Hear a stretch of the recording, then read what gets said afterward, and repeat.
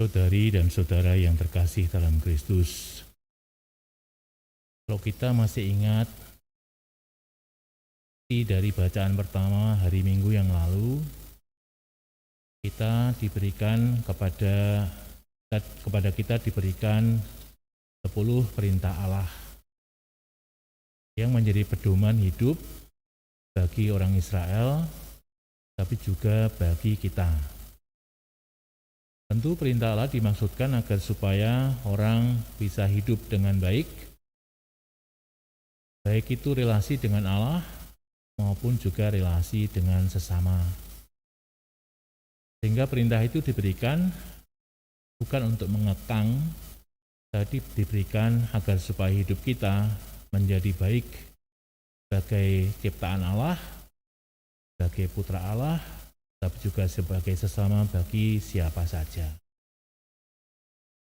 Maka kalau kita menerima perintah Allah seperti itu, hidup kita akan berkembang dan tentu juga kita akan sampai kepada keselamatan.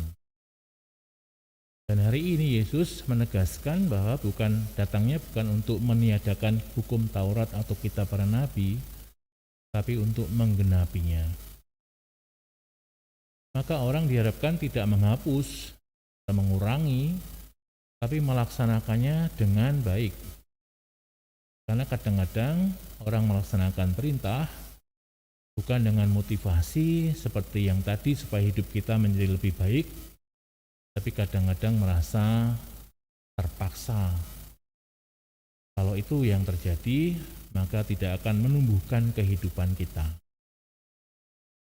Oleh karena itu, jiwa di dalam melaksanakan perintah-perintah itu sangat penting. Dalam Injil Matius yang sama, kalau kita membaca, Yesus mengatakan, dulu kamu menerima perintah, jangan membunuh. Tapi aku berkata kepadamu, barang siapa marah terhadap saudaranya, itu sudah pantas mendapat hukuman. Barang siapa mengatakan kafir, itu juga akan mendapatkan hukuman.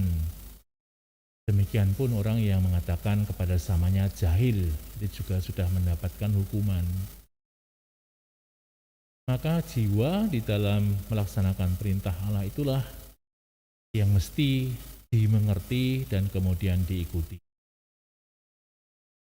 Memang kemudian perintah-perintah Allah itu dalam kehidupan bersama, dalam kehidupan menggereja, itu kemudian dijabarkan dalam aturan-aturan. Dimanapun sebenarnya ada aturan-aturan itu, bahkan di rumah pun juga ada, di asrama juga ada, di sekolah juga ada, dimanapun ada aturan-aturan. Tentu aturan-aturan yang baik itu akan mengarahkan kehidupan orang menjadi lebih baik. Adakah aturan-aturan yang tidak baik? Ada. Kalau ada, mesti direvisi.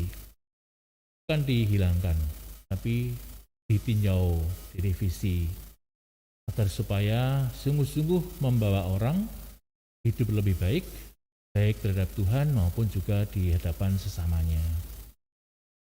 Oleh karena itu, pada masa Prapaskah ini, hendaknya kita mengingat perintah-perintah Tuhan itu.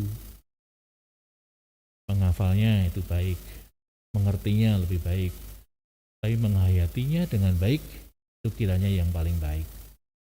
Agar supaya kita sungguh berkembang dalam kehidupan rohani kita, yang wujud dalam kehidupan kita bersama-sama dengan orang lain, sehingga kehidupan itu akhirnya seperti diharapkan, yaitu hidup dengan damai, adil, dan penuh kasih. Mari kita hening sejenak.